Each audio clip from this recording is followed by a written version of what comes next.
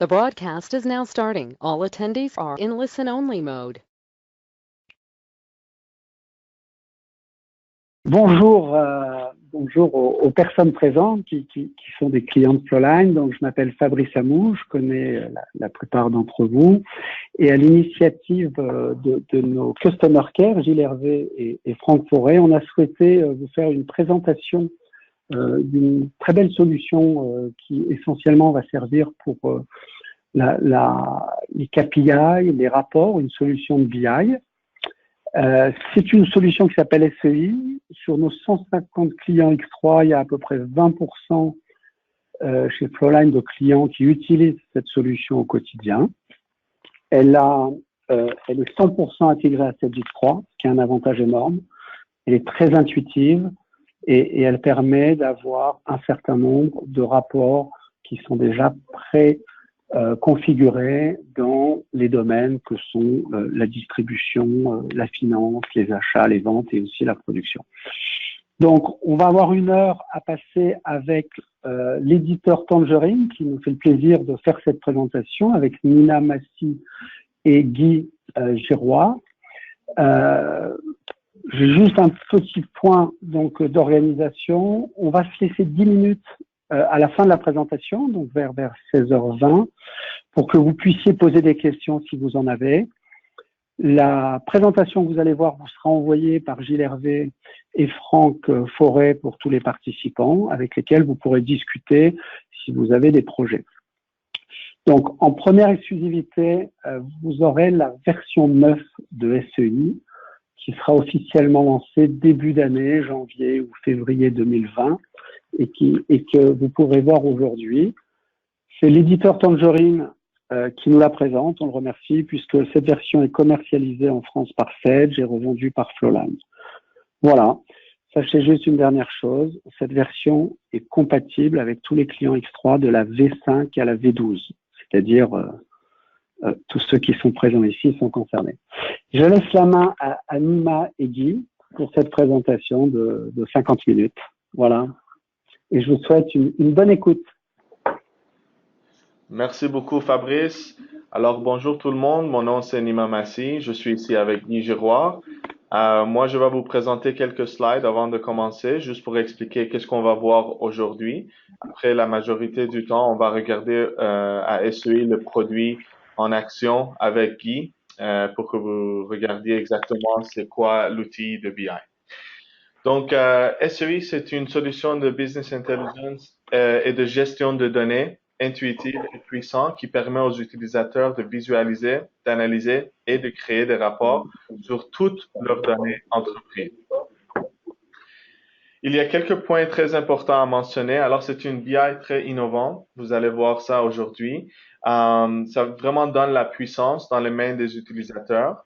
Il y a les rapports en temps réel qui améliorent la façon de faire les décisions, des décisions plus éclairées, qui favorisent la croissance et l'efficacité des entreprises. Aussi, ça simplifie et accélère la diffusion d'informations au sein de vos collègues.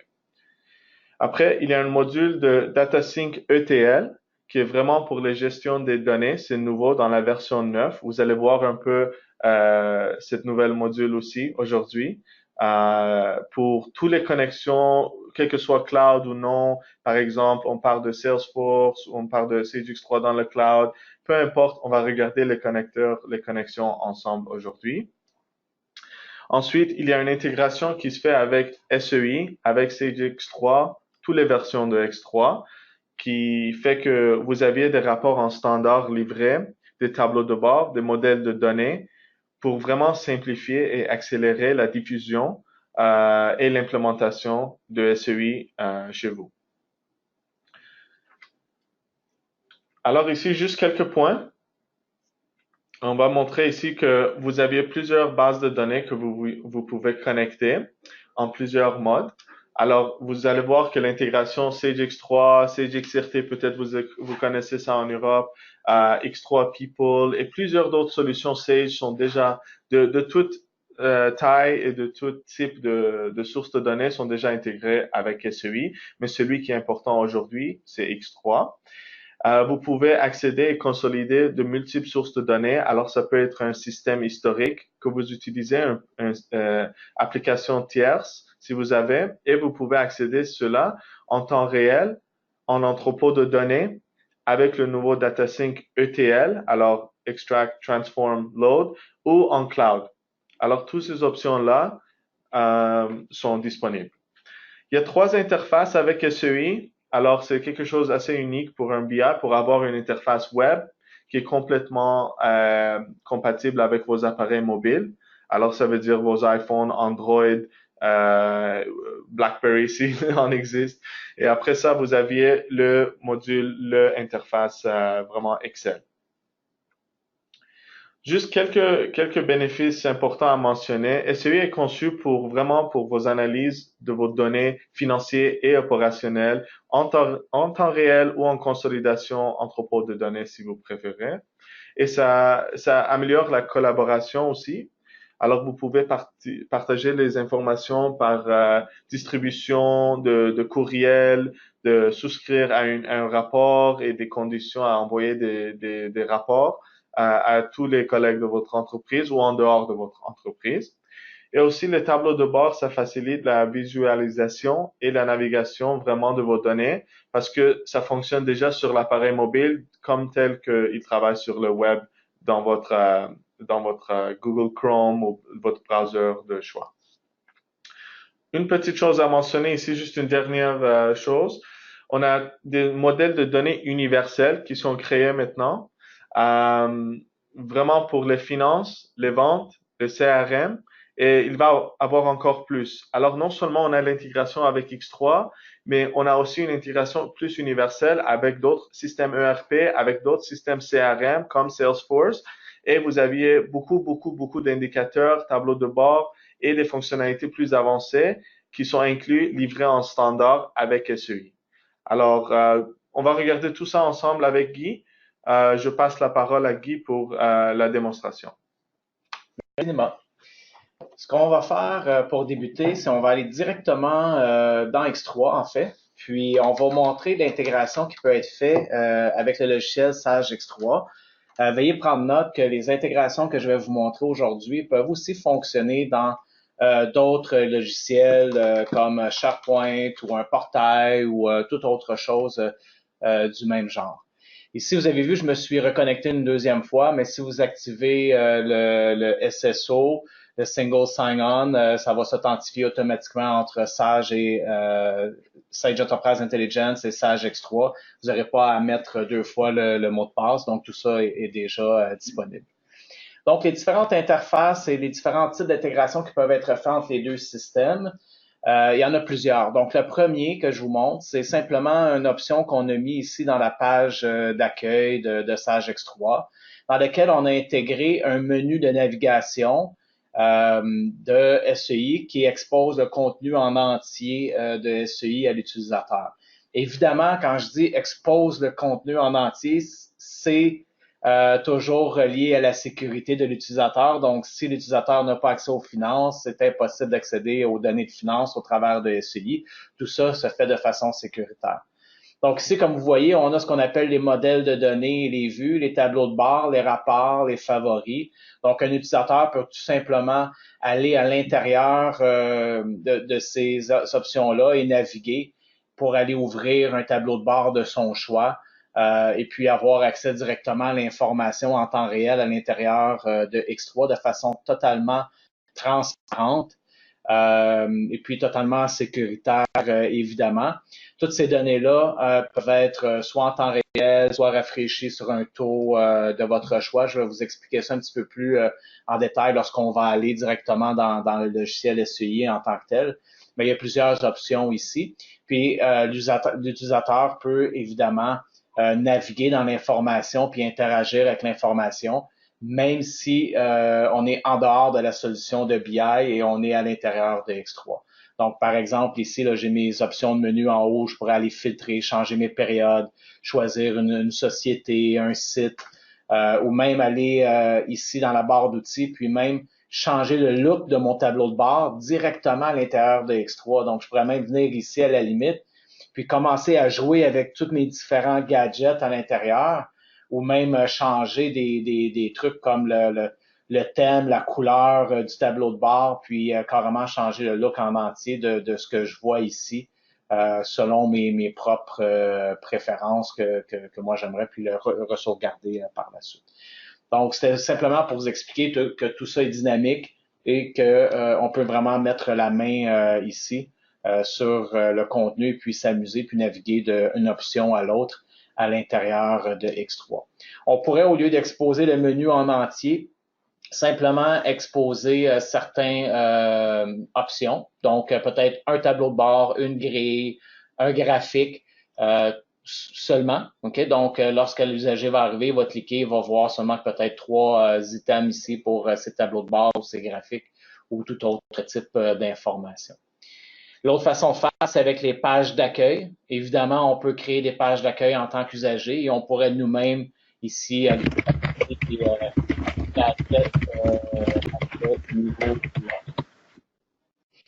OK. Donc, ici, on peut faire ça à la volée. Le prochain niveau d'intégration qui est très important, c'est un niveau d'intégration qui peut être fait directement dans les écrans de Sage X3. Donc, je pourrais aller, par exemple, ici dans l'écran client, dans lequel nous pouvons rajouter des tables. OK. Je vais repartir mon X3. Désolé. Rien à voir avec SEI. Vraiment désolé pour ça. Client. Ouais. OK. Ce que je vais faire, c'est que je vais vous le montrer d'un autre environnement X3 que j'ai ici, parce que je veux vraiment vous montrer cette intégration-là.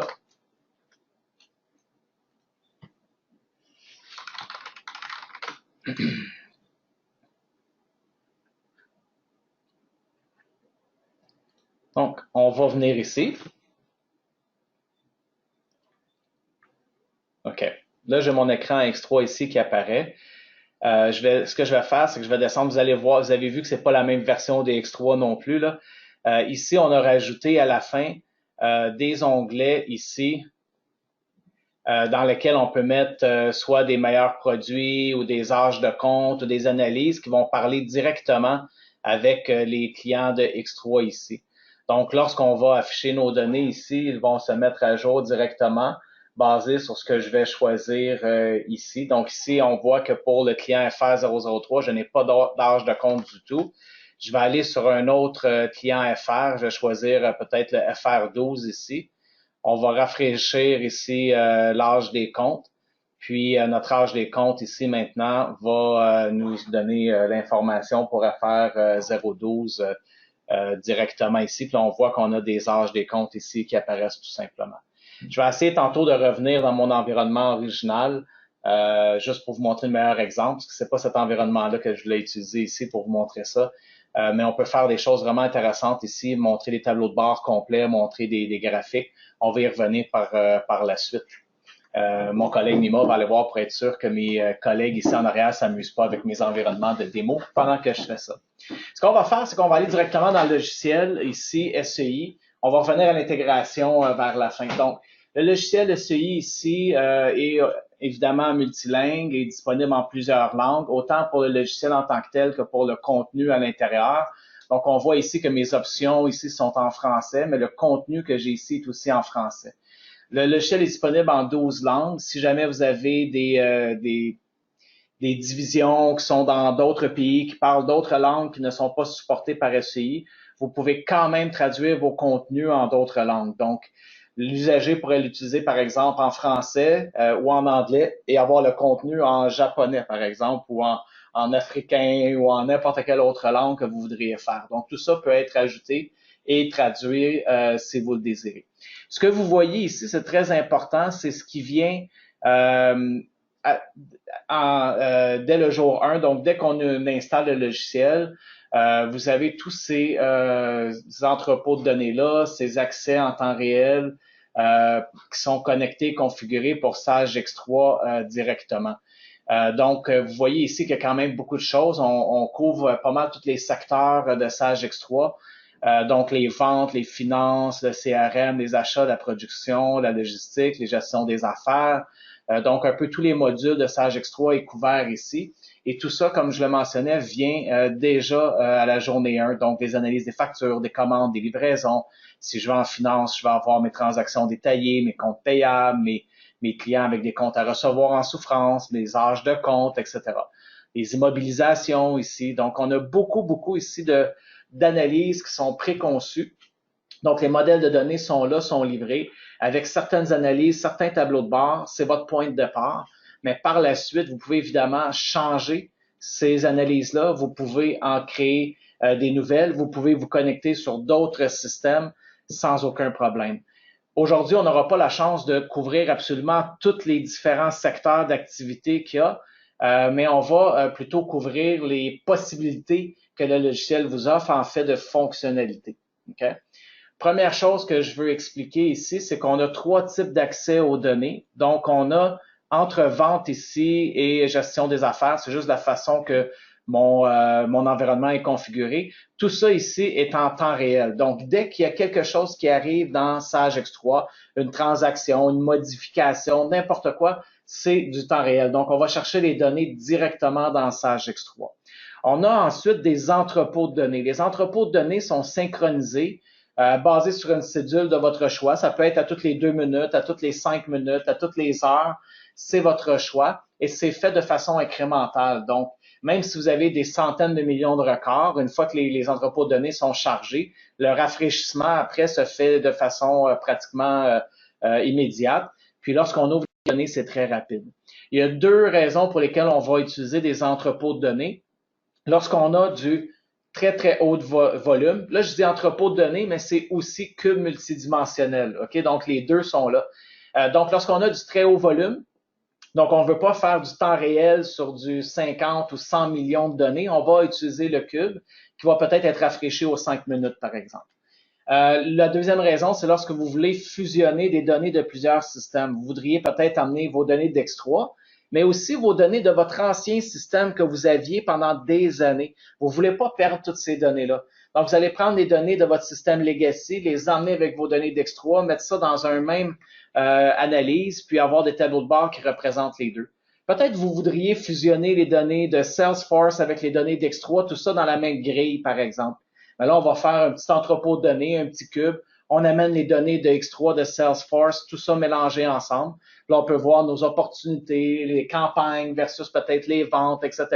Donc, aller chercher des corrélations entre différents secteurs ou entre différents logiciels qu'on a dans l'entreprise.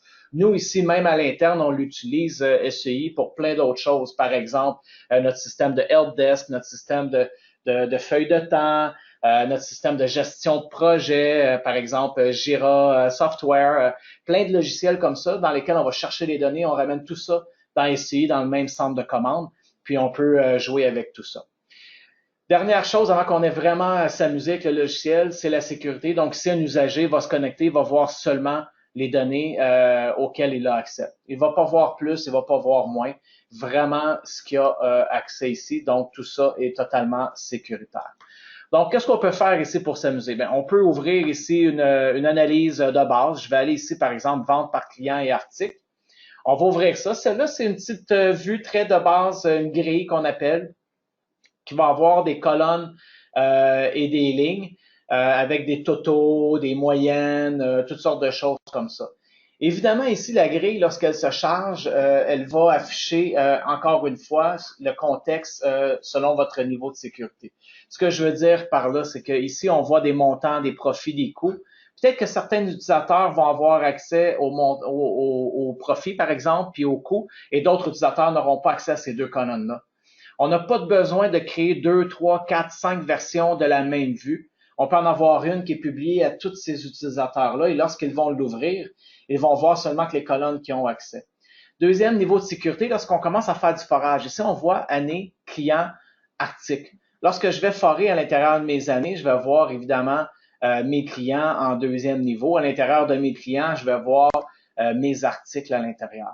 Ici, on a le même niveau de sécurité. Donc, si, par exemple, vous avez plusieurs représentants et que vous voudriez que vos représentants ne voient que leurs propres clients, vous pouvez le faire. Si en finance, vous avez plusieurs gestionnaires de département que vous voulez que ces gestionnaires-là ne voient que leur département, qui est souvent dans X3 une axe analytique ou ça peut être n'importe quel type de catégorisation, peu importe le type de données, on peut l'utiliser en tant que niveau de sécurité. Même vos champs custom que vous avez créés vous-même dans votre X3 peut être exposé à SCI sans problème et même être utilisé au niveau de la sécurité ou au niveau du forage ici.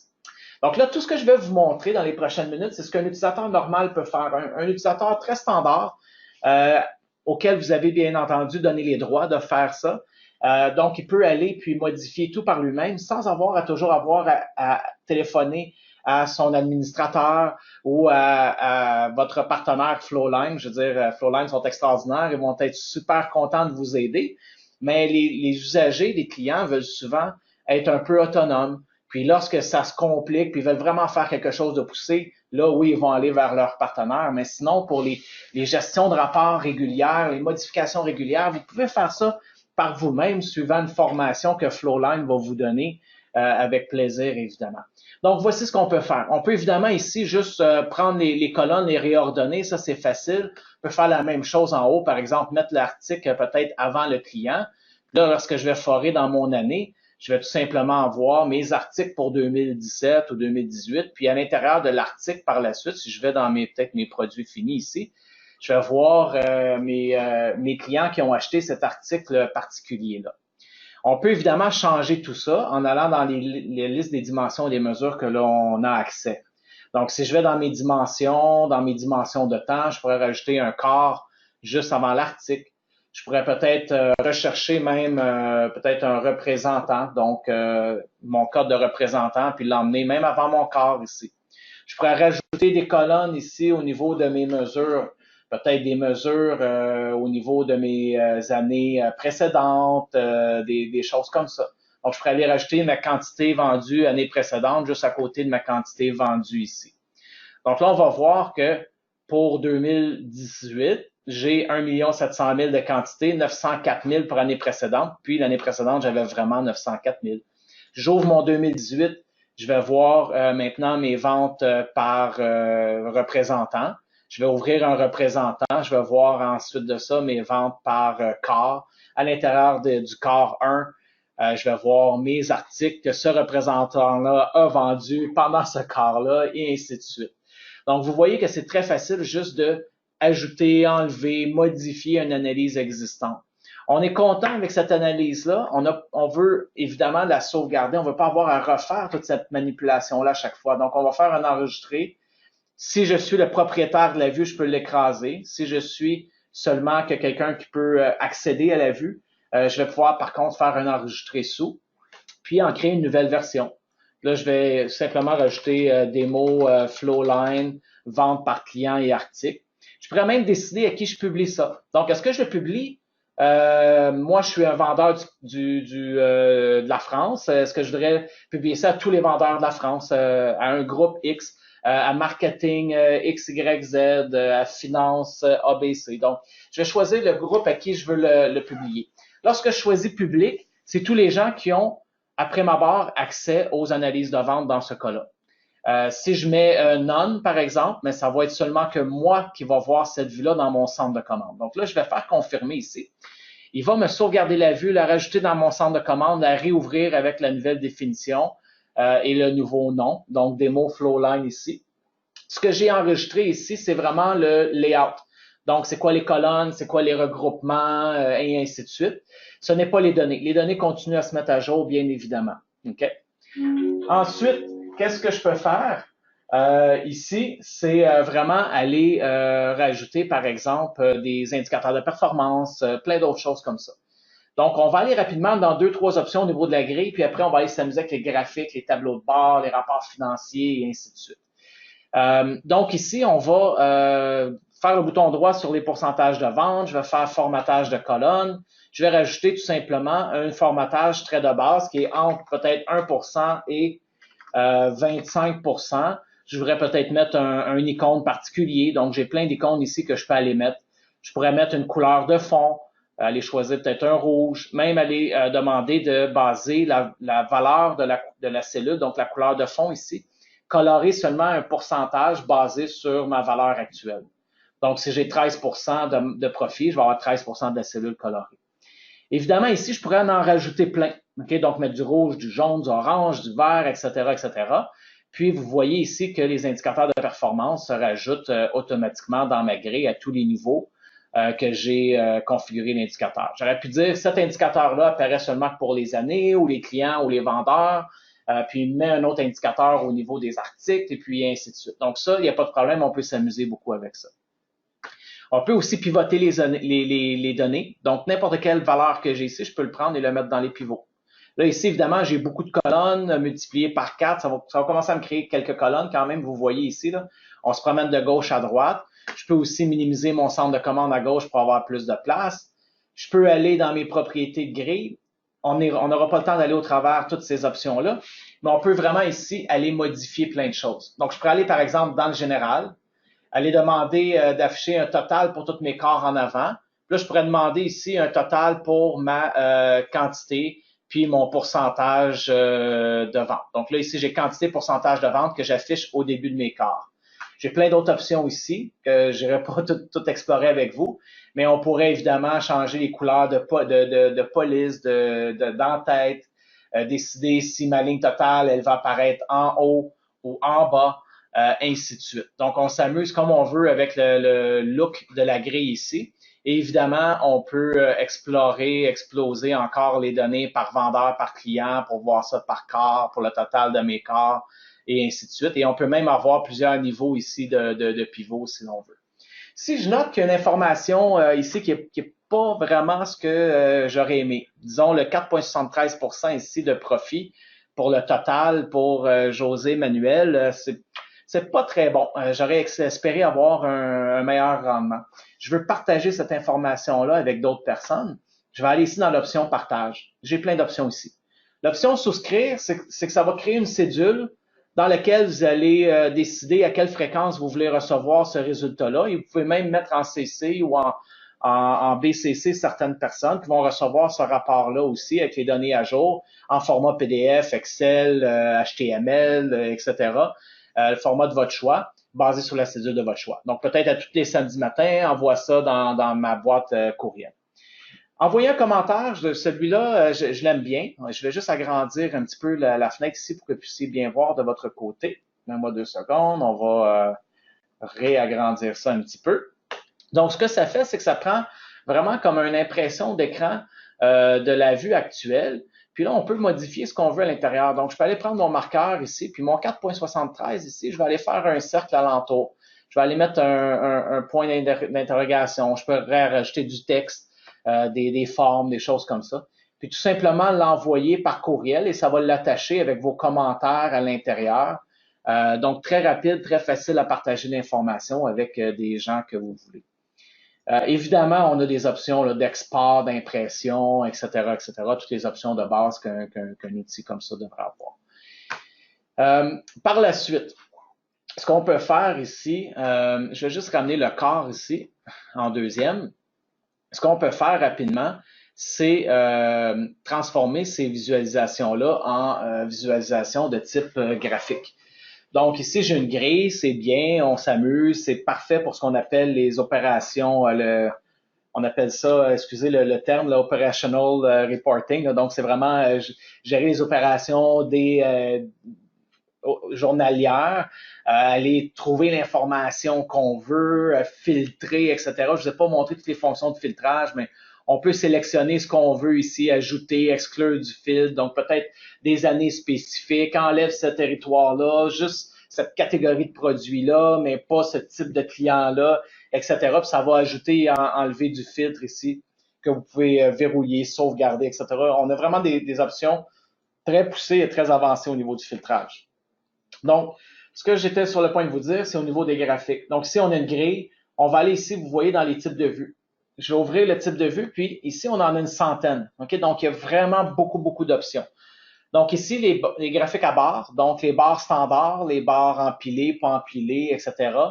On en a des plus avancés aussi avec des min-max, puis ce qu'on appelle des bullets. Des bullets, c'est En fait, très utile pour peut-être vos données prévisionnelles versus vos données actuelles. Donc, vos prévisions avec la ligne, le actuel avec la barre, vos budgets versus vos actuels aussi. Mais ça peut être aussi des données qui viennent de vos systèmes peut-être de production que vous avez, si vous êtes des gens qui fait de la production. On a beaucoup de clients que en arrière, ils ont des réservoirs de liquide, des trucs comme ça. Puis, toutes ces informations-là sont envoyées, par exemple, dans une base de données SQL en quelque part. On ramène ça, puis chaque barre représente un réservoir, la capacité maximale, quel est le niveau du réservoir actuel. Donc, il faut voir au-delà de juste des données de vente, de quantité, de finances. Ça peut être utilisé à plein de différentes égards. Donc, les lignes à barre, les graphiques à barre, les graphiques à ligne, donc les aires, les courbes, les escaliers, etc. Les graphiques à secteur, en anneaux, les entonnoirs peuvent être aussi transférés de l'autre sens pour avoir une pyramide. La feuille de calcul, c'est celle qu'on explorait depuis le début. Les cartes, on a des cartes de type Google ici, donc qui vont fonctionner avec les longitudes, latitudes. Si vous n'avez pas les longitudes, latitudes entrées dans votre système, vous pouvez télécharger d'Internet simplement une liste de codes postaux avec les longitudes et les latitudes, et puis vous attachez ça au modèle de données, automatiquement ça fonctionne.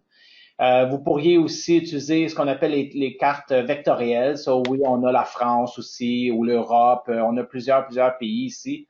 On a le monde en général aussi, puis on a aussi l'Europe aussi. Donc, ces cartes vectorielles-là vont fonctionner avec le code de pays ou le code de province, État ou secteur, là, ou enfin, peu importe, là, ça dépend du pays. Là. Tous les pays appellent ça un petit peu de façon différente, mais vous comprenez le principe ici. Des graphiques plus avancés, donc des cartes arborescentes, des nuages de mots, des indicateurs de performance, des jauges, etc., etc. Ensuite, les nuages à points, les graphiques combinatoires, là, donc combiner plusieurs types d'axes sur le même graphique. Donc, un graphique à ligne avec un graphique à barre, puis même différents axes. Peut-être un axe avec des montants qui sont en millions de dollars, puis un autre axe avec des pourcentages, donc c'est de 0 à 100%. C'est beaucoup plus petit qu'1 million. Donc, vous voulez avoir une corrélation entre les deux. Donc, vous allez utiliser un graphique combiné comme ça. Graphique historique, si vous avez une barre de temps en bas que vous pouvez jouer avec. Donc, ça vous prend un champ de date au minimum dans votre modèle de données pour utiliser ça. Les graphiques financiers avec les chandeliers, OHLC, les cascades et tout ça, les polaires et les radars. Donc, la façon que ça fonctionne, si on choisit un graphique, par exemple, un graphique à barre très de base, il va analyser dans ce cas-là, c'est une grille actuelle ou votre visualisation actuelle. Il va prendre toutes les données qu'il y a à l'intérieur, donc les groupes, les colonnes, etc. Il va recréer un graphique à barre basé sur ça. On voit ici, j'ai toujours mon filtre que j'avais fait année 2017-2018, donc je pourrais l'enlever pour avoir évidemment toutes mes années à la place. Et puis, évidemment, je peux faire le même type de forage. Donc, je pourrais choisir 2017 ici, faire mon forage avant. Et puis là, avoir mes corps, faire pour un corps un forage avant, avoir tous mes représentants. Là, on voit ici les représentants, le look est pas génial. Donc, si je veux changer ça, on a plein de propriétés ici pour faire ça. Le but aujourd'hui encore là, c'est pas de couvrir tout ça, mais je pourrais aller mettre une orientation sur mes étiquettes, mettre les étiquettes ici plus petits, peut-être juste afficher le nom. Je pourrais peut-être mettre juste mes top 5 représentants à la place. Donc, je pourrais venir ici puis faire des options avancées pour choisir seulement que mes meilleurs 5 à la place, puis toutes les autres vont aller dans autres et ainsi de suite. Donc, on peut faire vraiment beaucoup de choses ici pour s'amuser au niveau des graphiques. Si je choisis un graphique plus compliqué, disons un type carte Europe, je me souviens plus si j'ai des données d'Europe, on va regarder ensemble. Carte Europe, il va me demander quel champ définit le pays à l'intérieur de mon modèle de données. Je pourrais avoir le pays pour le envoyé à, le facturé à, le vendu à, je cherchais les mots français corrects. Donc, on pourrait avoir plusieurs pays dans notre modèle de données, on choisit le bon. Basé sur quelle valeur je veux mettre la couleur dans ma carte, sur mes quantités vendues. Je vais faire confirmer et il va tout simplement me créer automatiquement une carte, dans ce cas-là, de l'Europe. Et si j'ai vendu des produits en Europe, je vais avoir chacun des pays d'Europe avec des données statistiques à l'intérieur, comme vous voyez ici. Évidemment, ces cartes-là peuvent être aussi changées. C'est des options différentes ici. Je pourrais enlever, si je veux, l'étiquette dans la région. Je pourrais changer les couleurs. Je pourrais même aller rajouter plus de détails pour chaque région. Peut-être mes quantités vendues l'année passée, mes montants vendus, disons mes montants transactionnels. Puis là, maintenant, lorsque je vais faire ma souris au-dessus de la région, je vais voir ces informations-là qui vont se rajouter tout simplement dans mon analyse. Je peux faire une sauvegarde des sous puis l'utiliser dans mes tableaux de bord par la suite. Donc, assez facile à ce niveau-ci. On se promène de l'une à l'autre. On change les groupings, les groupements, les colonnes, les orientations de chacun de ceux-là. Puis on peut vraiment exploiter les données. Comme je vous expliquais, je l'ai fait ici avec les ventes parce que c'est très facile visuellement parlant à expliquer tout ça, à montrer. Mais c'est la même chose, peu importe le type d'information ici qu'on va accéder. Si je vais dans mes achats, mes commandes clients, puis je m'en viens dans mes commandes par fournisseur, mais je vais avoir simplement des données un petit peu différentes ici. Donc, je vais avoir mes codes fournisseurs, je vais avoir des dates, des numéros de bons de commande ou de PO. Là. Donc, je vais choisir et jouer avec mes données ici. Donc, mes listes de dimensions et de mesures ici vont être un petit peu différentes au niveau de mes analyses. Donc, si je prends mon fournisseur ici, par exemple, je le ramène en premier. Là, je vais avoir toute ma liste de fournisseurs en premier. Puis à l'intérieur du fournisseur, qu'est-ce qu'ils ont commandé par année. Donc, je vais ouvrir ça, puis je vais voir chacun des années, qu'est-ce qu'ils ont commandé, puis les produits, puis qu'est-ce que j'ai commandé, c'est-à-dire c'est le contraire, chez ces fournisseurs-là, et ainsi de suite. Donc, c'est juste des données un petit peu différentes, mais on peut faire les mêmes genres d'analyse. Une fois que vous comprenez le principe ici, on peut évidemment construire plein de tableaux de bord. Il y en a une panoplie ici qui est livrée par défaut. Puis, vous pouvez tout simplement les ouvrir, les accéder, les changer, en créer des nouveaux. Tout ça se fait de façon assez facile. C'est tout par du glisser, relâcher, drag and drop. Tout ça, ça fait assez facilement. Puis on peut manipuler tout ça, changer tout ça à la volée vraiment de la façon que l'on veut. C'est assez orienté et usagé, je vais dire.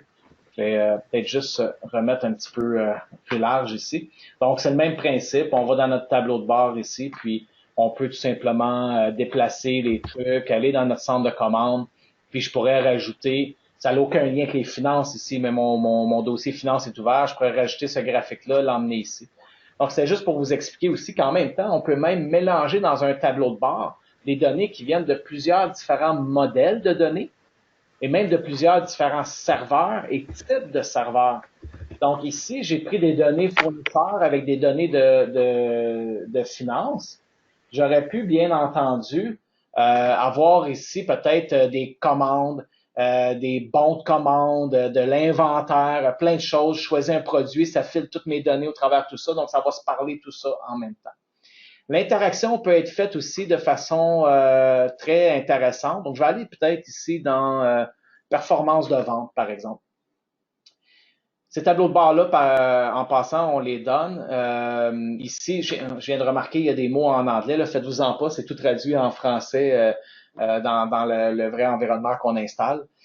Donc ici, c'était juste pour vous montrer qu'on a mixé plusieurs types de graphiques. Donc ici, ici on voit c'est cette année versus l'année passée. Donc l'année passée, c'est les barres rouges. Cette année, la barre bleue. Donc on voit qu'il y a certains de mes produits que c'est vraiment bon, mes ventes versus l'année passée, d'autres un peu moins. Mes ventes par mois, et chacune des deux lignes représente cette année versus l'année passée. Mes ventes ici en Amérique du Nord par les 10 meilleurs clients. Et puis chacune des barres ici représente un quart pour mon année courante. Okay? Donc, tout ça ici est aussi interactif. Donc, je pourrais venir dans ma carte ici, choisir un état, faire mon filtre. Là, je vais voir pour cet état-là, c'est quoi mes 10 meilleurs produits, mes 10 meilleurs clients, mes ventes par mois, etc. Donc, on voit que l'image change complètement. Je pourrais venir en haut à la place, choisir un vendeur, appliquer ce filtre-là. Là, je vais voir pour ce vendeur-là, voici mon tableau de bord global, puis même ça va être pour ce vendeur-là, en fait, et cet état-là ici. Donc, tout ça ici se met à jour de façon interactive et c'est assez facile, encore une fois, de faire cette interaction-là. En fait, c'est lorsqu'on crée un item ici, on peut changer tout dans l'item, comme on faisait tantôt dans le centre de commande. Mais on a ici une autre option en plus qui est filtrage de tableau de bord. Donc, est-ce que je l'active? Et lorsque je choisis une donnée ici, qu'est-ce que je veux filtrer? Ici, ça l'indique que je veux filtrer tous les autres contrôles qui existent alentour. Mais je pourrais simplement choisir de filtrer, lorsque je choisis quelque chose ici, filtre seulement ces deux-là. Lorsque je choisis ça ici, filtre seulement celui-là, et ainsi de suite, et on se promène comme ça. On réorganise, on rajoute ici des indicateurs de performance ou peu importe ce que vous voulez. Donc, très dynamique. Ce qu'on livre par défaut vient avec beaucoup d'indicateurs qui sont très avancés. Tantôt, j'en ai ouvert un en finance qui avait des indicateurs très avancés. Là, je me souviens plus des termes financiers. On va retourner dans un de ceux-là en français, mais tout ce qui est inventory, turnover, les taux d'endettement, tous des trucs qui sont difficiles à calculer par nous-mêmes parce qu'il faut prendre des balances, disons, du mois courant divisé par des moyennes des 365 jours, multipliées par un autre facteur, des trucs comme ça, qui sont tous déjà fournis dans ces tableaux de bord-là, dans ces modèles de données-là. Donc, on voit ici les ratios d'endettement, ratios dette actif, même les cycles d'exploitation, les DIO, DSO, DPO, CCC, ça, CCC en anglais, cash to cash cycle, je m'excuse pour le terme français, je suis pas certain. Donc, les rendements de l'actif, et ainsi de suite. Donc, tout ça sont fournis et se calculent automatiquement une fois que c'est installé et configuré. Même principe au niveau des ventes, au niveau des CRM ici. Donc, au niveau des CRM, on est connecté à Salesforce ou au CRM de X3 ou à d'autres types de CRM. Tout ça, puis tout ça peut être fusionné ensemble, évidemment. Si je vais, par exemple, ici dans l'analyse des clients, encore, je peux vous en montrer que quelques-uns, là. Donc, je vais juste donner une petite idée de ce qui peut être fait. Après, on va aller vous montrer un exemple de rapport financier rapidement. Je vois le temps, il va très vite là actuellement. Alors, je vais vous montrer deux, trois petites choses pour terminer. Puis, on va passer à la période de questions. Donc, ici, c'est simplement pour vous exposer un peu certains indicateurs de performance que des fois, on voudrait savoir, mais qu'on ne sait pas trop comment aller chercher. Ici, on a notre taux de rétention en haut. Donc, mes clients, j'ai combien de taux de rétention pour mes clients? J'ai 84% qui reviennent d'année en année lorsque je fais mes ventes.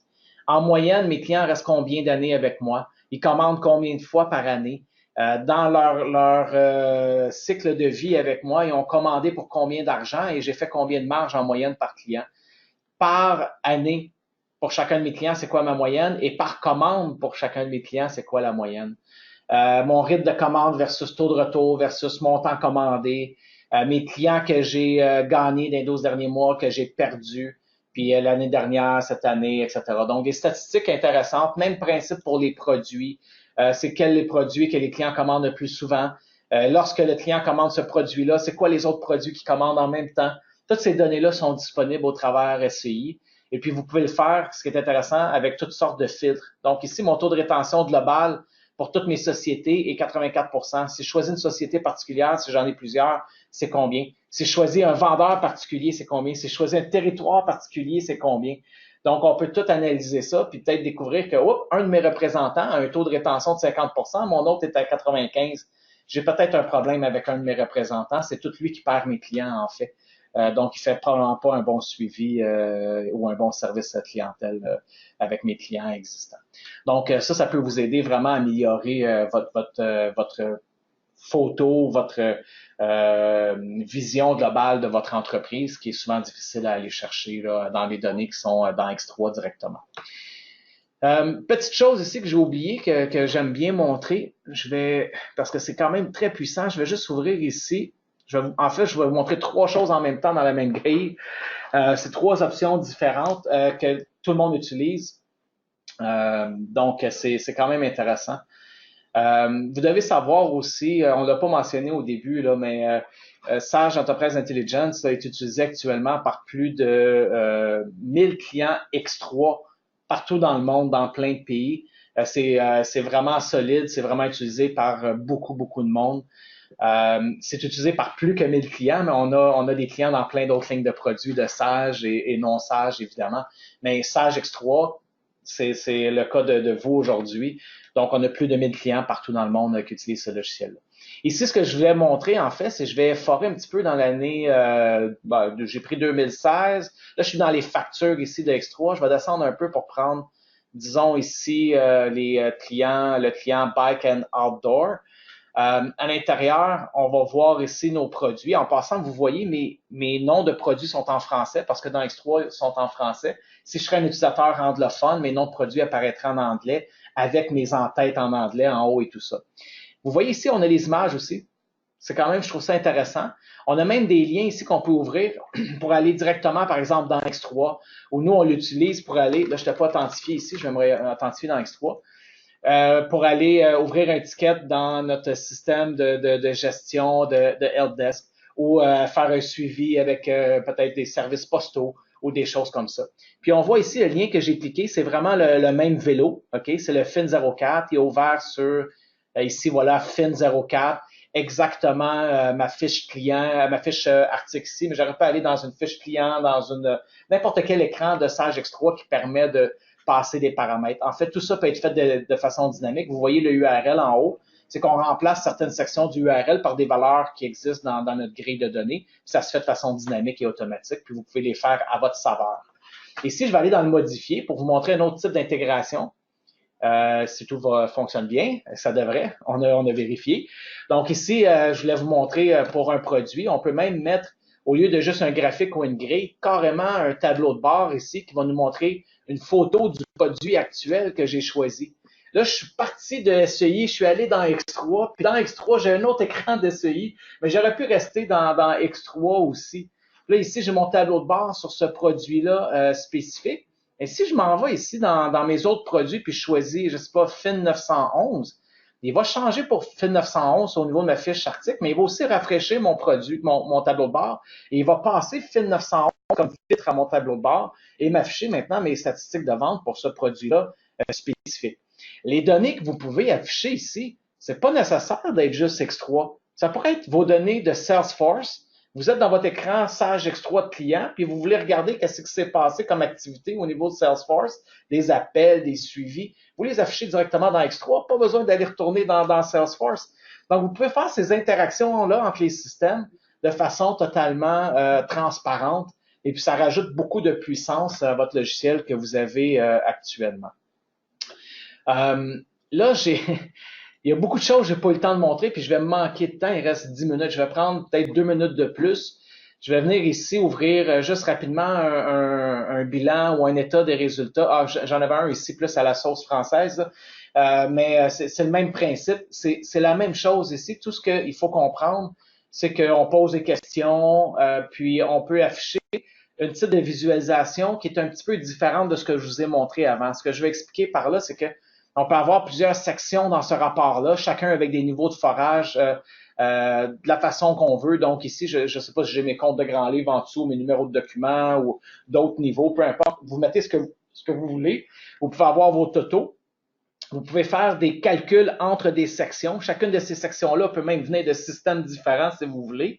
Vous pouvez avoir votre en-tête ici, puis évidemment, là, on peut faire de la mise en page, on peut aller mettre des icônes, des logos, de la couleur, tout ce que vous voulez. C'est juste un autre type de visualisation. Puis ces rapports financiers-là, vous pouvez tout aussi bien les afficher dans Sage X3 directement, les ouvrir à partir de votre device mobile, de n'importe où. C'est en HTML5, donc ça fonctionne n'importe où. Ça s'intègre dans les autres systèmes aussi de façon totalement transparente, bien entendu. J'ai pas eu le temps de vous montrer l'Excel add-in, mais dans Excel, on a des fonctionnalités pour emmener les données en temps réel. Donc, vous faites une formule, vous dites, amenez-moi les données du compte de grand livre ABC pour le mois 12, l'année 4. Ça va la mettre dans votre cellule. Vous pouvez faire des pivots en temps réel, faire des formules, des rapports. Le même rapport ici, mais en Excel en temps réel, vous changez l'année en haut, puis ça rafraîchit le rapport en Excel de façon dynamique, avec du forage vers les données détaillées, etc., etc. Tout ça est aussi fonctionnel dans Excel. Ce qu'il faut comprendre, c'est que tout ce que vous avez ici, incluant toutes les nouvelles choses que vous allez créer. Donc, vous vous connectez sur un système que juste vous avez, parce que vous l'avez même créé chez vous avec votre équipe informatique, mais les données résident en quelque part qu'on peut accéder. Vous les prenez, vous les ramenez, puis on peut les accéder à partir d'Excel avec le même niveau de sécurité qu'on configure dans SCI. On a aussi un module ETL dans lequel vous pouvez, au lieu de faire du temps réel, amener vos données, les préparer, etc. Vous voyez un peu les connecteurs ici, SQL, Salesforce, MySQL, Postgre, du Google Analytics, Google Sheet, des fichiers plats, Oracle, ainsi de suite, etc., etc. Donc, vous faites votre connexion, puis par la suite, il y a plein de types d'extraction que l'on peut créer. Je vais aller très rapidement à cause qu'on n'a pas le temps, mais la réplication dans un data warehouse qu'on accède, la consolidation, donc prendre plusieurs entités, peut-être différentes bases de données, différents dossiers X3, les consolider en un, faire de la migration interface entre systèmes. J'ai mon système Salesforce avec un statut de client, je voudrais le lire puis updater un statut de client dans mon X3, ben il peut le faire. OK, donc des choses comme ça. Faire de l'export en CSV ou qu'on pourrait importer par la suite, même dans X3, dans d'autres systèmes, avec même les modèles d'import de données standards d'X3, on pourrait utiliser ce système-là. Puis en même temps, c'est un ETL, hein, donc on peut extraire, transformer et loader, donc charger les données. Donc, vous avez un vieux système que les données sont pas bien nettoyées, peut-être les pays n'ont pas la bonne nomenclature, les unités de mesure, des choses comme ça. Vous pouvez faire des transformations automatiquement lorsque la migration ou la synchronisation des données dans votre entrepôt de données est fait. J'ai malheureusement pas le temps de vous présenter ça en détail. Là. Juste ce module-là, ça peut prendre 1 heure à présenter en détail, mais ça vous donne une petite idée qu'on a un module complet aussi pour de l'extraction, du chargement de données, etc. À ce niveau-là. Là, je suis allé excessivement rapidement aujourd'hui, OK? Mais ça vous donne une petite idée globale de tous les modules dans lesquels on vous fournit des modèles de données, des analyses comme point de départ. Vous pouvez aller chercher des données de plein d'autres choses. Vous pouvez les accéder à partir du web ici. Quand vous êtes ici, là, vous avez juste besoin d'un utilisateur SEI. On a des utilisateurs de type visualisateur seulement ou complet. Vous avez les mêmes accès au travers de la mobilité. Vous pouvez, dans l'Excel Add-in, amener toutes ces données-là en temps réel aussi, tout ça au travers d'un module de sécurité. Et vous pouvez aussi distribuer ça de façon automatique.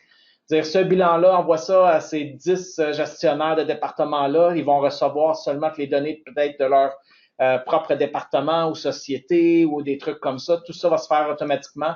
Vous en avez en France, vous en avez en Angleterre peut-être. Les gens d'Angleterre vont le recevoir en anglais, les gens en France vont le recevoir en français. Tout ça fait au travers d'une seule distribution et de façon automatique. Vous n'avez pas à créer plein de différentes versions de la même visualisation. Là, c'est fait vraiment de façon automatique.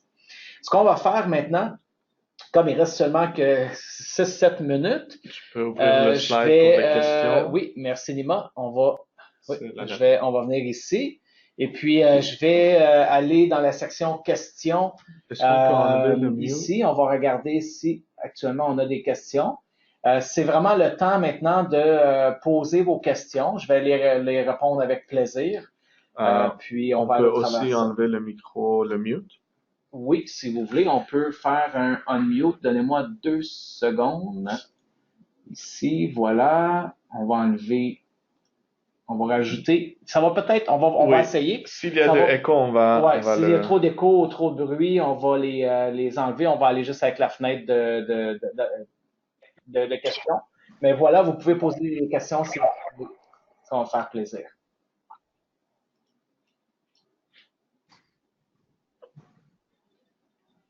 J'ai eu une première question dans la fenêtre de questions que j'ai ici. Au sujet de l'installation, le temps que ça prend à installer, formation.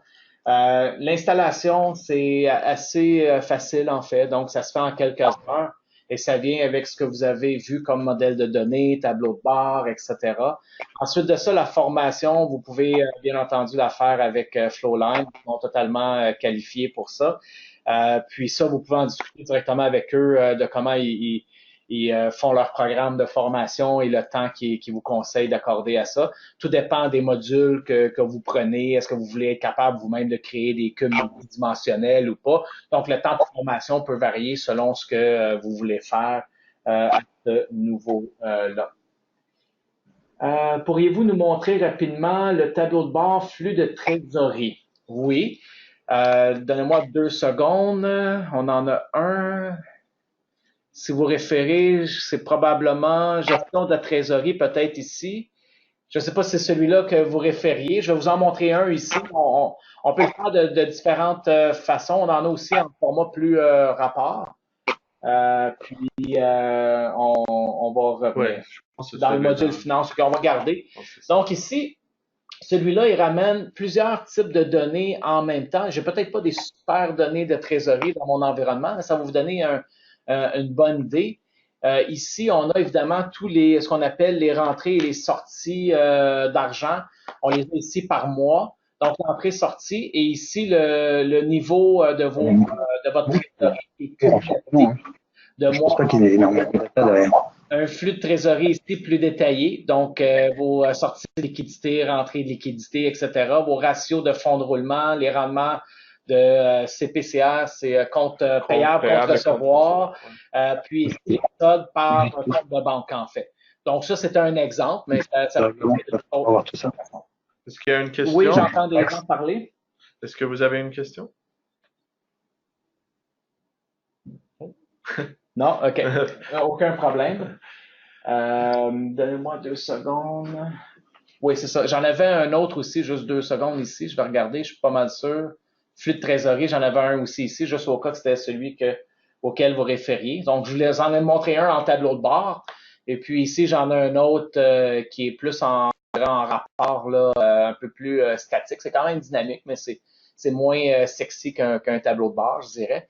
Mais ça donne un peu le même résultat, ce que vous allez avoir vos provenants des opérations, trésorerie de l'investissement, des financements. Vous pouvez forer, évidemment, dans tout ça. Ici, moi, j'ai pas de données au niveau investissement et financement dans mon environnement, mais on comprend ici le principe. Puis donc c'est un peu le même principe. Vous auriez pu le faire aussi par mois de gauche à droite ou le faire aussi dans Excel. Donc c'est un peu le même principe ici.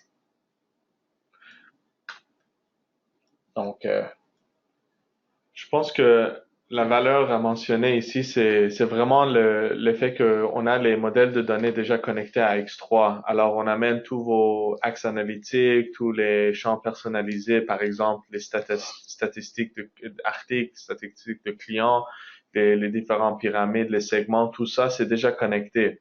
Après ça, si le rapport final qu'on vous montre, c'est pas exactement ce que vous avez besoin, c'est très facile, comme vous avez vu aujourd'hui, de changer les filtres, changer l'ordre, trier par différemment, ajouter un niveau de groupage et avoir vraiment l'information que vous avez besoin.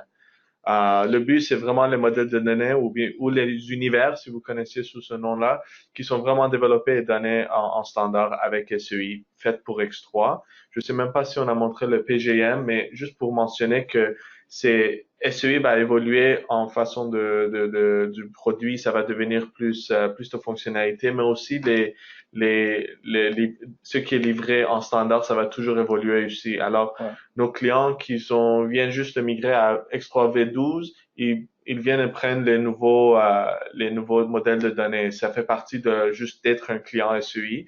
Et on travaille avec Sage, on travaille avec les partenaires en France pour vraiment développer les meilleurs modèles de données possibles. Ouais, on voit ici les gestions des affaires. On a déjà tout fait l'intégration, même si ça vient d'être lâché dans les dernières versions de Sage X3.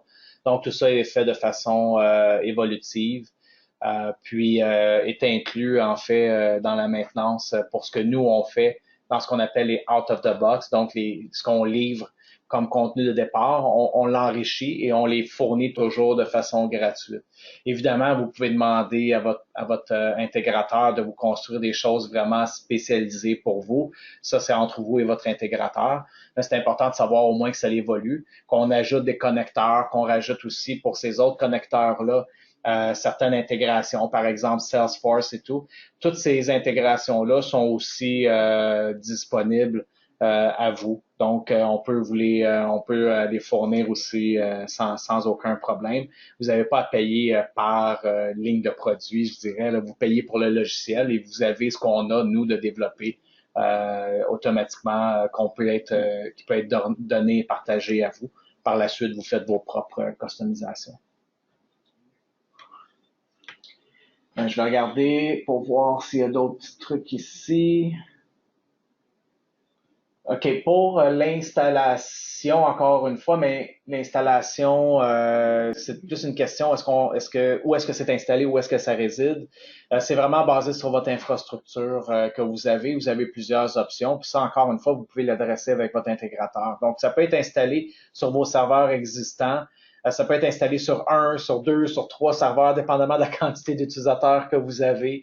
Ça peut être mis sur un serveur hosté par Flowline. Ça peut être dans le cloud générique aussi public de Sage à la limite. Là. Ça dépend de ce que vous voulez faire, où est-ce que votre X3 est, puis comment vous voulez travailler. Mais absolument, toutes les possibilités sont offertes. Et même le module en tant que tel peut être même séparé en différents serveurs pour différents types de traitements si nécessaire.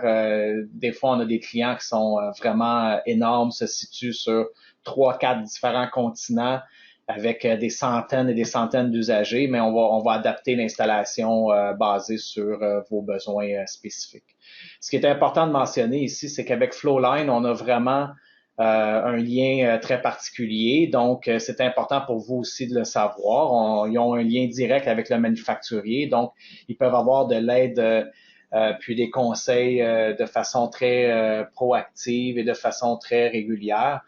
Donc, c'est un plus aussi lorsqu'on choisit une solution comme SEI, de savoir que notre intégrateur puis le manufacturier ont un partenariat très solide. Puis en tant que manufacturier, je peux vous le confirmer. Vous avez un très bon intégrateur qui travaille avec vous actuellement. Très, très bon point, Guy. S'il n'y a pas d'autres questions, je vais demander si Fabrice, tu es toujours là? Je vais regarder s'il peut parler. Donne-moi Oui, c'est Franck qui va prendre la parole. Franck, bonjour, oui. Et j'ai une dernière petite question. Si on a installé SEI depuis un petit moment, est-ce que les petites nouveautés que vous faites dans SEI, il y aurait moyen de les récupérer pour remettre à jour ou à niveau, je dirais, mon SEI? Absolument. En fait, la mise à jour se fait de façon très très facilement. Là, il y a deux différents sujets ici. Il y a les fonctionnalités de SEI. Ce que je veux dire par là, c'est par exemple le nouveau le nouveau visuel, le nouveau look, les options comme afficher les images, tous ces trucs-là, ça se fait de façon automatique. Sans problème. Maintenant, si vous, quand vous avez installé SEI, ça fait peut-être, je sais pas, 1 an, puis là, tous les modèles de données universels, les tableaux de bord n'étaient pas existants, on ne fait que rajouter ces modèles de données-là. C'est ce que j'expliquais un peu. C'est quand on crée du nouveau contenu, vous pouvez y avoir accès. Si vous l'installez vous-même, évidemment, en tant que client, pas de problème, il n'y a pas vraiment de coût, mais probablement, vous allez vouloir avoir votre intégrateur qui vous aide au niveau de configuration et tout ça. Le seul coût que vous avez à avoir, c'est avec votre intégrateur, à savoir pour le service conseil, pour la mise à jour et configuration de tous ces nouveaux modèles de données qui sont disponibles pour vous. Mais c'est oui, tout à fait disponible sans problème. C'est en fait aussi, c'est juste comme un import d'un zip pour importer les nouvelles modèles de données. C'est une fonctionnalité intégrée déjà dans SEI pour gérer tout ça. Alors, on envoie un petit zip. Il fait importer à votre Central Point tout ça.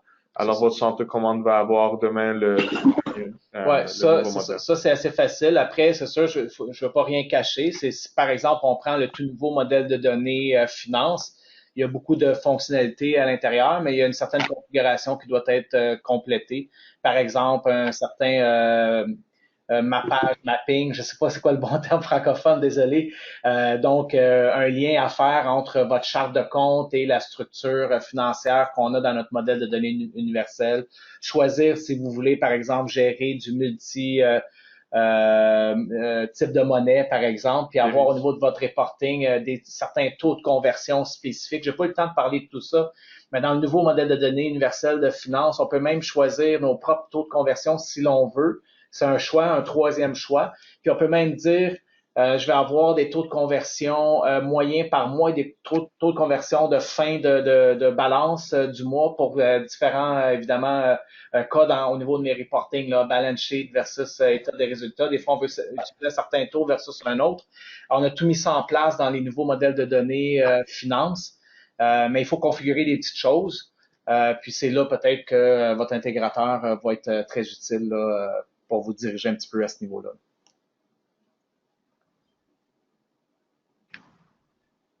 D'autres questions? Profitez-en, on est là. S'il y a des clients existants, puis vous voulez avoir des nouvelles fonctionnalités dans le produit, je suis le directeur de produit, je me suis pas présenté en tant que tel, mais demandez-moi tout ce que vous voudriez avoir, puis je vais le prendre en ligne de compte et le mettre dans la liste de choses à rajouter dans le produit. Si vous n'avez pas le temps pendant la présentation, envoyez ça à votre intégrateur, puis ils vont me les communiquer directement, puis je vais pouvoir vous revenir avec un oui, idée fantastique, on va rajouter ça le mois prochain ou dans 10 ans parce que on a trop, c'est bas dans les priorités ou pas, mais on va pouvoir répondre si peut-être c'est déjà fait, peut-être ça s'en vient ou c'est peut-être quelque chose de nouveau qu'on n'avait même pas pensé puis qu'on va rajouter éventuellement. Profitez de ce lien-là pour améliorer le produit que vous avez peut-être déjà aujourd'hui. C'est pas tout le monde qui peut le faire et puis qui peut avoir une voix à porter à un produit comme SEI, vous avez cette opportunité-là, je vous dirais profitez-en. Puis ça nous fait plaisir en plus. C'est comme ça qu'on améliore le produit, c'est en écoutant nos distributeurs puis nos clients. C'est très important pour nous.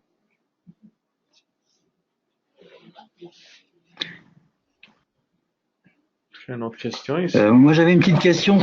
Ouais, une petite question concernant la partie constitution de la base de données, en fait, quelque part qui s'appuie sur l'ETL, je suppose, pour pouvoir intégrer des données de différents systèmes. Je peux créer ma structure en fait de réception de données comme je veux. Ben, donc automatiquement, je serai obligé d'en créer une autre, quoi. Vous avez plein de choix. Vous pouvez. Est-ce que c'est clair ce que je dis? Peut-être pas. Oui, c'est tout à fait clair. Ce qu'il faut comprendre, c'est qu'on a 3 différentes façons. Je vous ai perdu. Oui. Ouais. Est-ce que vous nous entendez là?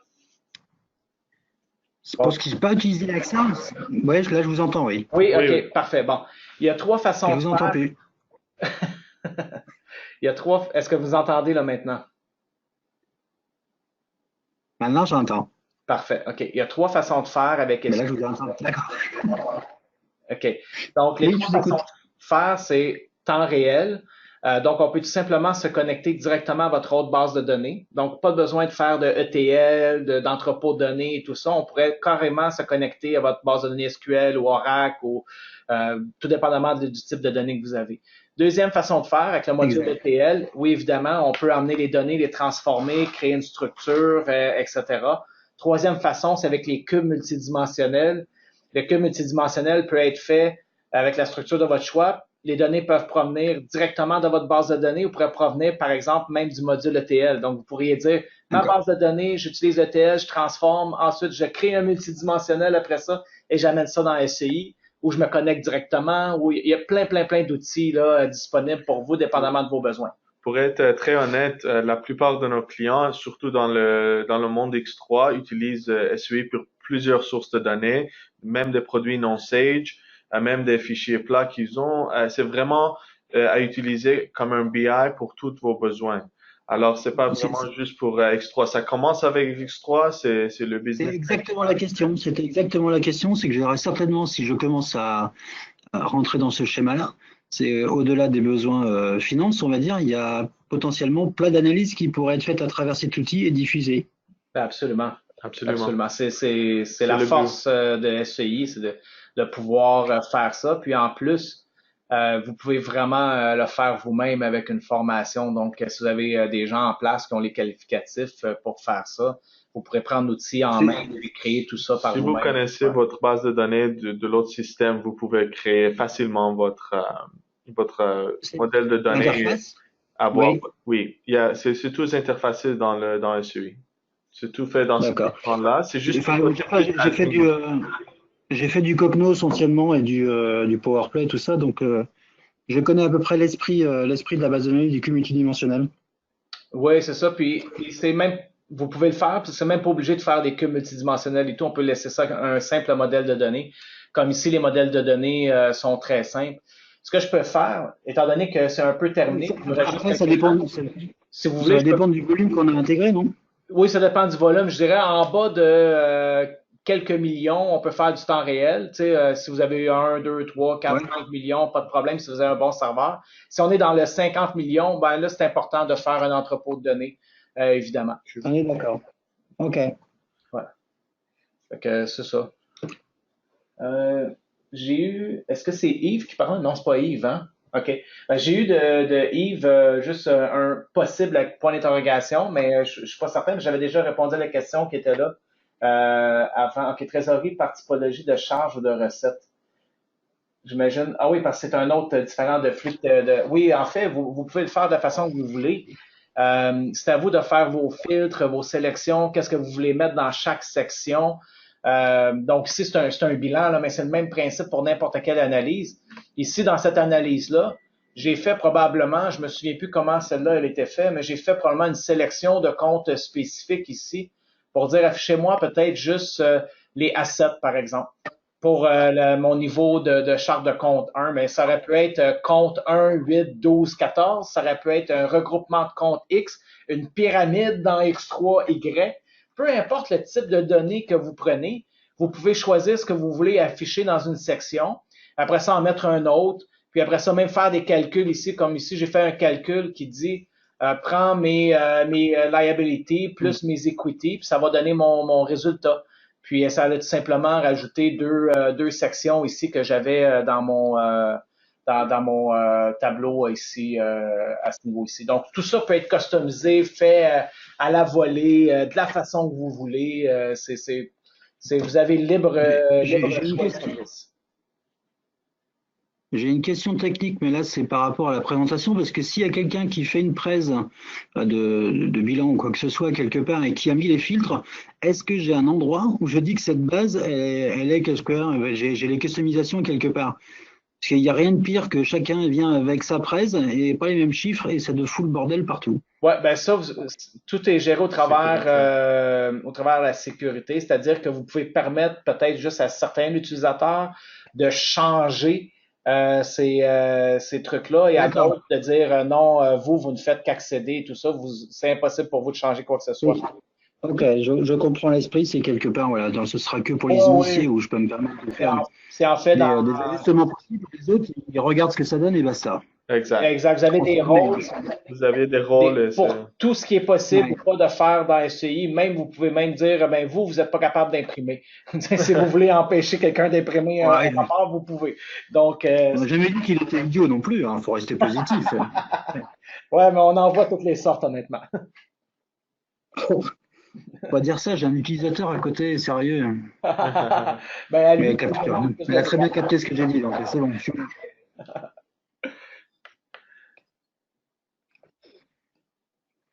Ok, non, c'était voilà, c'était par rapport à certains États, j'ai déjà eu historiquement des discussions difficiles sur qui avait raison sur les chiffres, parce que chacun vient avec les siens et. Ouais, c'est sûr. Et après, c'est compliqué. Surtout que vous en créez dans Excel, par exemple, là. Tout le monde le fait à sa façon. C'est exactement le même principe. Il y en a qui enlèvent 2-3 lignes parce que ça les fait chier. Je voulais pas voir ça. Et derrière, mais l'informatique, ils font n'importe quoi. Les résultats sont pas bons. Les presses sont pas bonnes. On n'a pas les mêmes chiffres. Je dirais les données financières, les rapports financiers, il faut vraiment restreindre à qui doit modifier ça. On a même des options. J'ai pas eu le temps de parler de ça, mais on a au niveau de la distribution maintenant avec la version 9 une fonction qui s'appelle, je vais essayer de trouver un terme en français, consolidation de rapport. Donc, on peut faire ce qu'on appelle un reporting pack ou boarding pack. Ce que je veux dire par là, c'est peut-être à chaque mois, vous allez faire une consolidation dans un fichier PDF de tous vos rapports, donc vos bilans, vos etc., etc. Vous allez rajouter une page de couverture avec aussi une table de matière. Tout ça va se faire automatiquement, puis il va fusionner tout ça en un PDF, puis vous pouvez envoyer ça à certaines personnes. Tout ce qu'ils vont recevoir, c'est un PDF qui est impossible à changer, par exemple, et vous êtes sûr que ça, c'est vraiment ce que les vrais chiffres de la donnée fiable. Voilà. Oui, exact. OK. D'autres questions? Je vais vérifier l'autre onglet pour voir. Oui, lequel? Il y a chat. staff est à l'autre. Ah oui, non, chat ici. T'as un petit peu. Ah oui, c'est ça, il a envoyé ça dans le chat au lieu de questions. OK. T'as un petit peu. Est-il possible d'avoir les nouvelles? Oui, ça, on a répondu. Oui, c'est bon, on a répondu. OK, c'est correct. C'est les mêmes que tantôt. Ouais. Donc, de notre côté. Excusez-moi, j'aurais une question. Oui, bien sûr. De quelles compétences techniques a-t-on besoin pour créer son propre rapport? Est-ce que vous entendez un rapport, c'est juste un rapport comme ça ou un nouvel modèle de données? Un nouveau. un nouveau modèle de données. Disons, vous avez un autre système, vous voulez vous connecter puis amener ça dans SCI. Non, un rapport avec avec XE3, des données c'est XE3, usager, End user. c'est end user, Ouais. c'est vraiment assez facile. C'est en fait, on fait un nouveau rapport, un peu comme je vous montrais tantôt. Là, c'est dans la conception de rapport. On vient ici, puis on va tout simplement prendre, si je m'en viens par exemple ici, je sais pas si j'ai quelque chose un peu préparé là, mais je m'en viens ici, puis là, je pourrais prendre, je sais pas, un de ceux-là comme point de départ, puis l'ajouter ici. Puis une fois que c'est ajouté, je pourrais peut-être enlever des colonnes ou choisir justement que les lignes que je veux apparaître ici. Puis on fait des calculs entre les sections, puis des choses comme ça. Ici, vous voyez, ça a rajouté absolument tout, parce que j'ai pris mon bilan de toutes mes 23 législations et ainsi de suite. Mais j'irais dans mes filtres ici, puis peut-être j'aurais choisi certaines données ici que je voudrais. Pour vous donner C'est une une idée, petite formation là, Oui. de quelques heures avec des exercices, puis vous êtes tout à fait capable de faire ça vous-même. pour vous donner une idée, je dirais pour un end user ou un utilisateur final, c'est vraiment un jour et demi de formation. Après, ils vont pouvoir naviguer, créer leur rapport, utiliser le Excel add-in qu'on n'a pas pu montrer aujourd'hui, cet outil de rapport, les tableaux de bord, tout ça. Parce que c'est tout se fait vraiment pour protéger l'utilisateur, pour ne pas créer quelque chose qui n'existe pas. Vous choisissez dans le modèle de données qui peut voir quelle colonne, quelle dimension, quelle mesure. Alors, il n'y a pas beaucoup qui peut être fait incorrectement, je dirais. Et c'est vraiment glisser, coller, copier-coller, glisser, comme on dit, drag and drop. Et il y a vraiment le panneau à droite, vous voyez, c'est très simple à suivre. Si vous voulez ajouter une légende ou vous voulez ajouter changer la thème ou mettre des caractères ou des indicateurs, vous pouvez faire tout ça facilement. Et il y a le guide utilisateur Ouais. qui est disponible et c'est vraiment 300 pages avec des exemples, un par un, étape par étape. Qui est disponible en haut à droite, alors dans l'écran. Alors c'est toujours facile et il y a des formations qui viennent bientôt en ligne pour le e-learning et tout ça. Ok, merci. Merci à vous pour vos questions, c'est de très bonnes questions. Merci pour les petits commentaires dans le chat questions. Ouais. Les bons commentaires au niveau du produit, c'est très apprécié. Mhm. Puis, il continue d'évoluer toujours. On investit énormément dans la recherche et développement du produit, donc il évolue régulièrement. Donc, faut tenir ça, garder ça en tête. Ouais. On en est fiers. Ouais. Et nous y serons en France la semaine prochaine, la semaine après Ouais. ça. En fait, c'est en décembre. On va être là 2 semaines de suite. Alors, on espère vous voir. Je sais qu'on va déjà être à des événements Sage. On va essayer de voir le plus de personnes possible.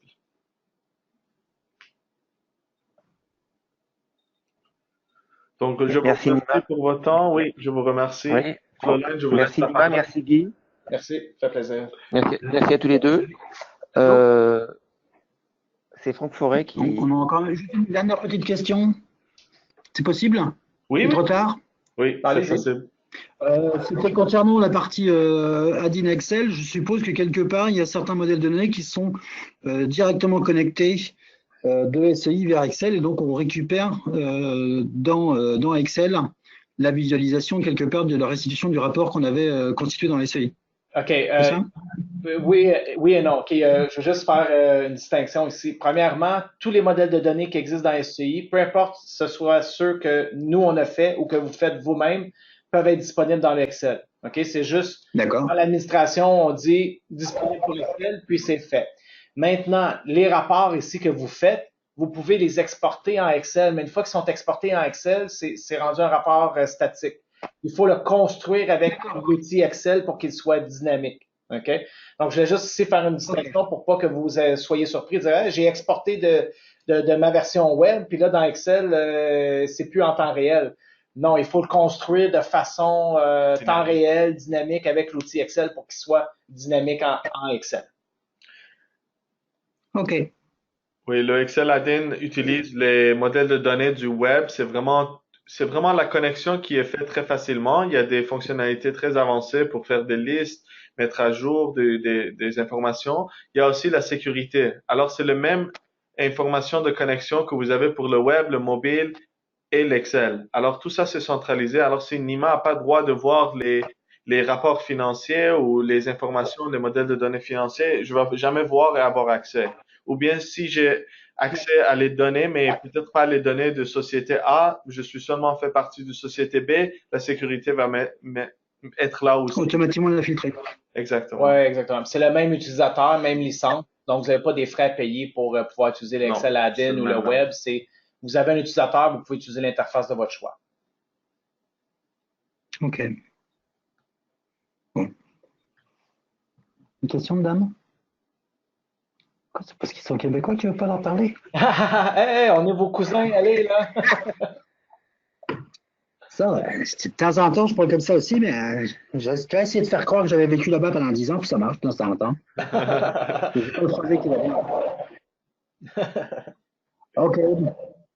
Donc, on va couper? Je suis obligé de me refaire une, hein, sinon c'était pas drôle. Hein. Ouais. Je pense que Flolan voulait conclure. Vous voulez conclure? Oui, Franck. D'abord, Franck Forêt à l'appareil. Merci à tous les deux pour la présentation. Pour nos chers clients qui sont en ligne, Gilles et moi, on est à votre disposition, n'hésitez pas.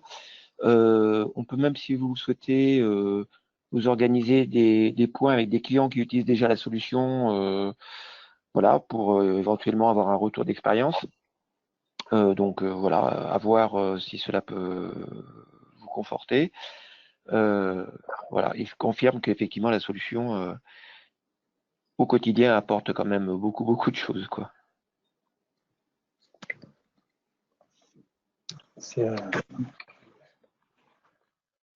OK.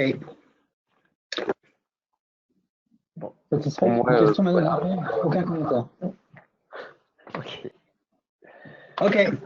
Merci beaucoup, bye bye, et puis très bonne fin de journée. Ou milieu de journée pour les Québécois qui ont juste à midi là. Merci beaucoup. Au revoir. Au revoir tout le monde. Merci, au revoir.